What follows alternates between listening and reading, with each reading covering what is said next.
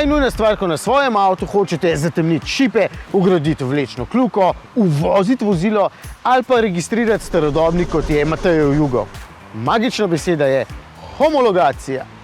V SSKJ piše, da je to uradno preverjanje, da določen proizvod ustreza predpisanim pogojem. In ja, to je v bistvu vse. Spet sem v podjetju Produkt, tukaj na Zaloški zraven toplarne, kjer sem bil že prejšnjič na tehničnem pregledu. No, tokrat sem se pa zapičil v homologacijo, ki jo v bistvu tudi lahko upravite tukaj poleg klasičnega podaljšanja registracije. Torej, kaj je ta zelo glasna beseda? Homologacija, to so predpisi iz področja vozil in tukaj imamo dva tipa predpisov. Eni so pravilniki Združenih narodov, drugo so pa predpisi iz področja vozil tudi na nivoju Evropske unije. Osnovni namen homologacije je to, da so vozila varna in da so okoljsko neoporečna, se pravi zaščita okolja. Homologacijo upravljamo pri uvozu vozil iz tujine. V bistvu jo upravljamo zaradi tega, da preverimo, če je vozilo skladno z vsemi dokumenti, ki pride, in pa delamo jo tudi pri vseh naknadnih predelavah, da v bistvu preverimo, če so vsi deli, ki so naknadno vgrajeni, tudi homologirani.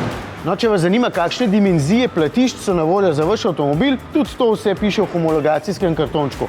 Za veliko večino voznikov je to čisto dovolj, če ima pa kdo specifične želje in potrebe, pa lahko v bistvu dobi izjavo generalnega uvoznika in vam potem dodatno mero tudi vpišejo, če seveda sploh na voljo. Pri uvozu vozila iz tujine v bistvu stranka pripelje vozilo na tehnične preglede, kjer ga mi poslikamo. S sabo tudi mora biti obvezno prometno dovoljenje iz tujine pa račun. Zraven je še zaželeno, da je COC dokument, če ga stranka pridobi. In v bistvu po pregledu mi izdamo potrdilo o skladnosti ali homologacijski kartonček, kar pomeni, da je v bistvu vozilo zavedeno v slovenski sistem, kjer so vsa registrirana vozila. Stranka mora iti potem še na davčno, kjer naredi odmero DMV-ja. Po plačilu DMV-ja se pa lahko tudi vozilo registrira.